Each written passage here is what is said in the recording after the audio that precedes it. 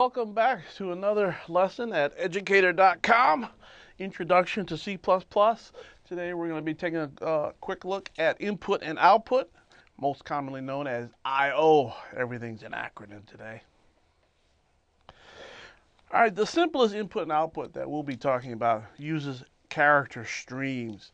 And they're called character streams because it's a stream of characters, one direction or the other direction. Now, we've already seen things like CIN, which is console input. You type something at the console, it goes into the program. Cout, console output. We'll also have cerr and clog, which is console output specifically for errors, or in whatever the case may be, if you want to log things, we're here at this time, we're here at this time. You want to log, of the progress through the application. Character strings, other useful object methods we're going to be looking at. Each stream object has methods attached. We have the get method, which gets one character, puts one character. This function lets you know that the stream is okay, it's ready for processing. EOF stands for end of file, and there's others.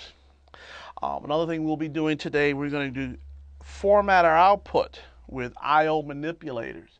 As you may have seen from doing the homework, your output doesn't always line up and it may look a little bit ugly. We'll be able to solve that today because we'll be able to set the width, the precision.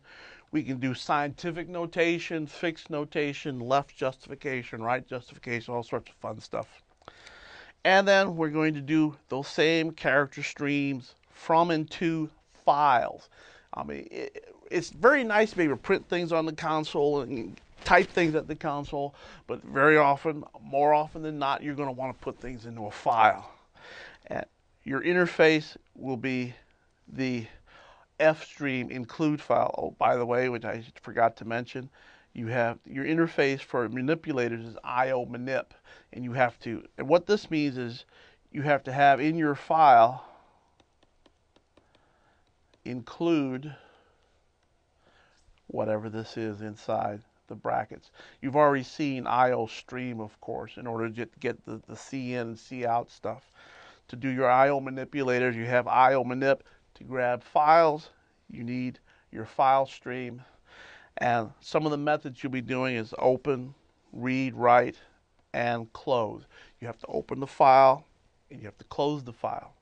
Other than that, it works just the way CIN, cout work. So we have your character input streams. CIN is your console input stream. It's an object of the iStream class. You have an overloaded operator.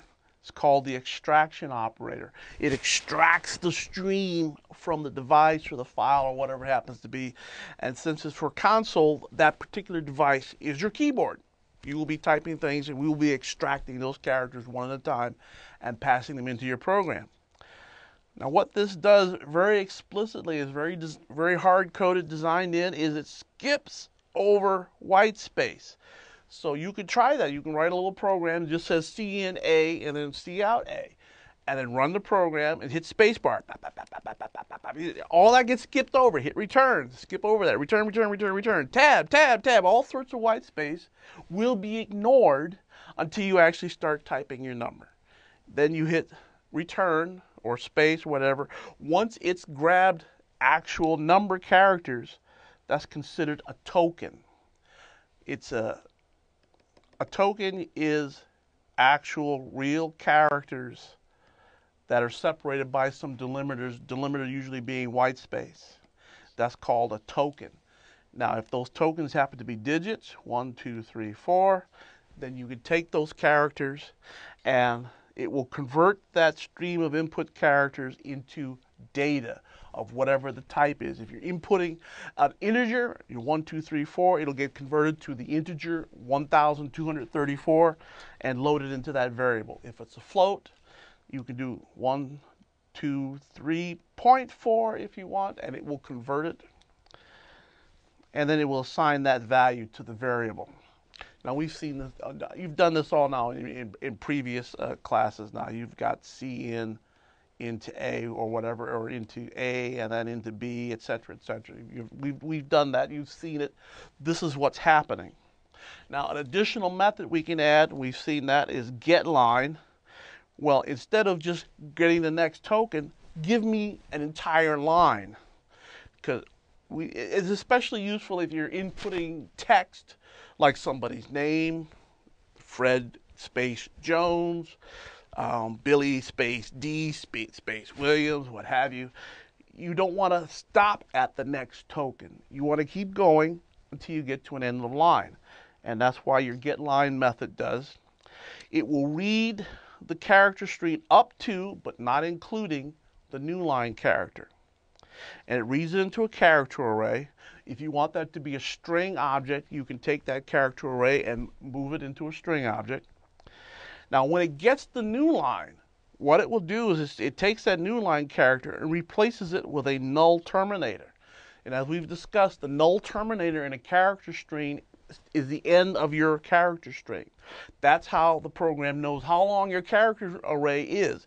It reads character, character, character, character until it gets a character that's ASCII 0. It's a binary 0. That's your null terminator character. So the new line is thrown away.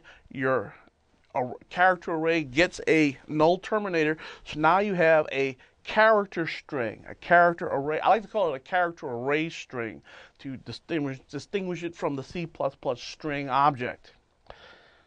So it terminates the string. Now, the getLine has a third parameter as an overload in case you want to do some other delimiter. You want to use something like maybe comma. So you can have your name, comma, and then the rest of your data. So you can have namespace, namespace, namespace, comma, and then read that. That'll be the person's name. And then after the comma can be some more data, comma, some more data.